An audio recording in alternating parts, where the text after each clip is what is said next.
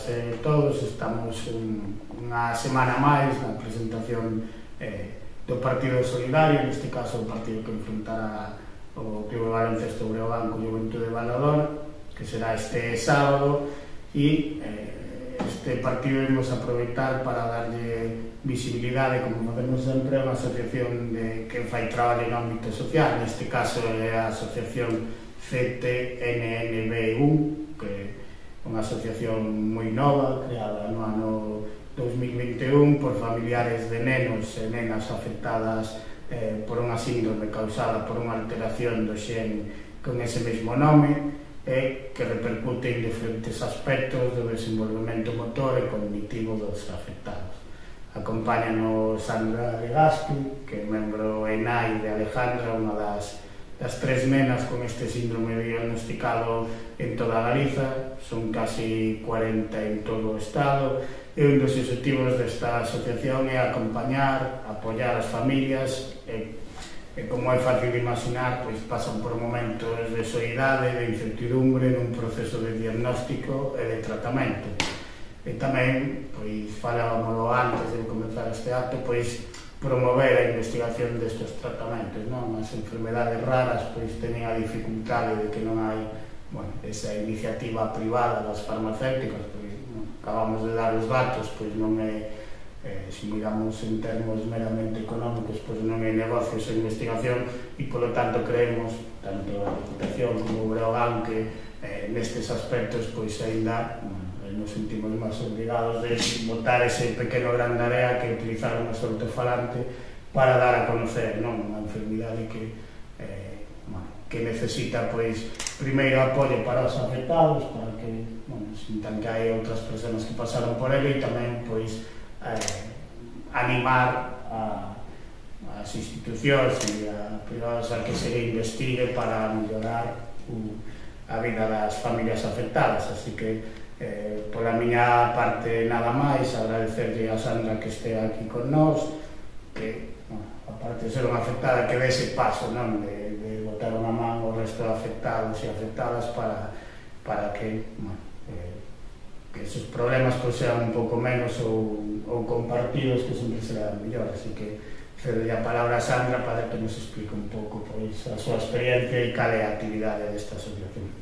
Comezar, quero dar as gracias ao vicepresidente da Deputación, Efraín Castro, e ao director xeral do Club de Baloncesto de Breogán, Salvador Arco, por brindarnos esta oportunidade e por acompañarme hoxe aquí nun momento tan importante como é dar visibilidade ao síndrome CTNNB1. Son a nai de Adriana, unha nena de 9 anos de Meira, diagnosticada con este síndrome, que é un trastorno grave do neurodesarrollo, causado por unha alteración no cromosoma 3, concretamente no xene CTNNB1. Este xene é o encargado de sintetizar unha proteína fundamental para o noso corpo, a betacatenina, que é clave para a adhesión e conexión entre as células. É unha condición que aparece ao nacer e que na maioría dos casos non é herdada, e que afecta o desenvolvemento do cerebro e outros órganos. Provoca trastorno no sono, problemas de conducta e da linguaxe, sensibilidade aos sons, dificultades motoras e de aprendizaxe, microcefalia, entre outros. Este síndrome afecta a 1 de cada 50.000 nenos e nenas en todo o mundo. En España hai alrededor de 40 casos diagnosticados. En Galicia coñecemos 3. Paula de Carballo, Nora de Bayona, Adriana de Meira, e a min gustame dicir que en Lugo tamén temos un caso que é Martí, un neno de Granollers, pero que a súa familia paterna está moi preto daqui en Outeiro de Rei. Actualmente, o síndrome CTNNB1 non ten nin cura nin tratamento específico. Por iso, terapias como a fisioterapia, terapia ocupacional, logopedia, hidroterapia, psicoloxía, son fundamentais para que os nosos nenos e nenas poidan seguir avanzando co seu desenvolvemento. Formamos parte da asociación CTNNB1, creada para acoller e apoiar as familias. Ofrecemos información, orientación e forza. Neste momento, a asociación está a apoiar unha investigación basada na terapia xénica, que se está a desenvolver en Eslovenia. A terapia xénica é un tratamento innovador que tenta arranxar os xenes defectuosos mediante a introdución dunha copia funcional do xen no corpo. Esta copia permite ao organismo producir a proteína que falta ou que non funciona correctamente. No caso do síndrome CTNNB1, esta terapia é unha esperanza real para mellorar a calidade de vida dos nosos fillos e fillas.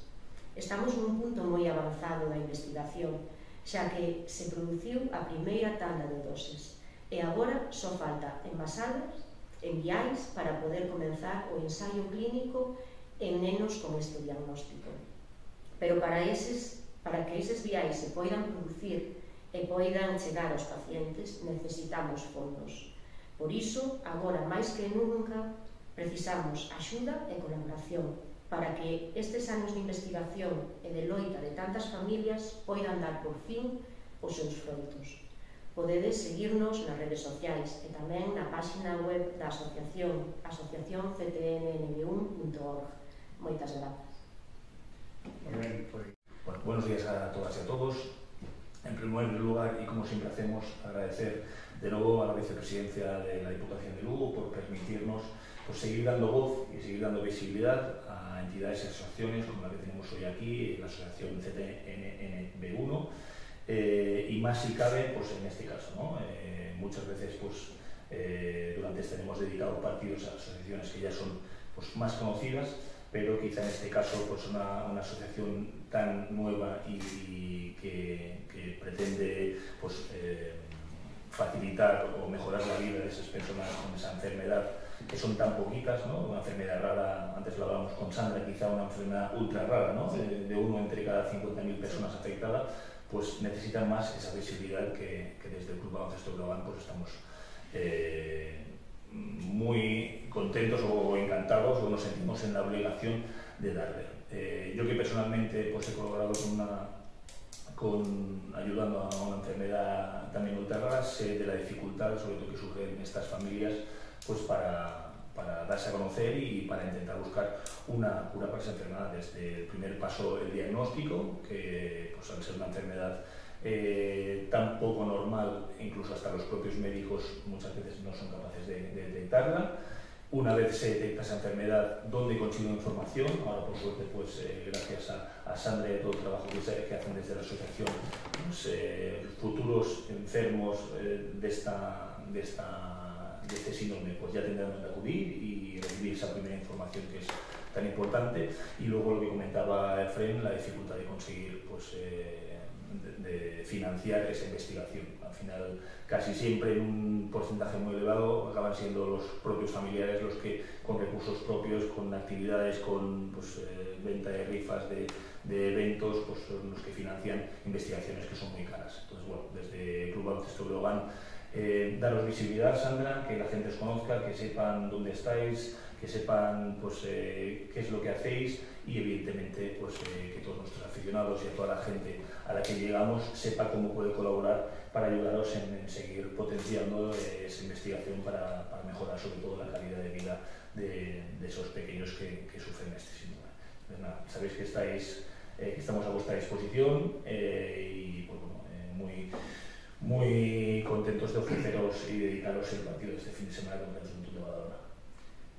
Que Sandra toca vos e creo que é bom para unha enfermidade ultra rara, un partido que non é un partido calquera, con un Juventud de Badalona, un clásico do baloncesto do Estado e ademais nunha situación deportiva do que o baloncesto Breogán moi boa, que estamos peleando, mirando cara arriba, vai ruxir o Pazo como sempre, como nunca seguramente, e que ese ruxido do Pazo sirva para facer de autofalante para dar a conocer esta asociación da enfermidade CTNNB1 e que sirva para que a xente se poda chegar a vos e botar unha pequena mão. O grande é que cada un poda aportar, seguramente se xa ben recibido por as familias.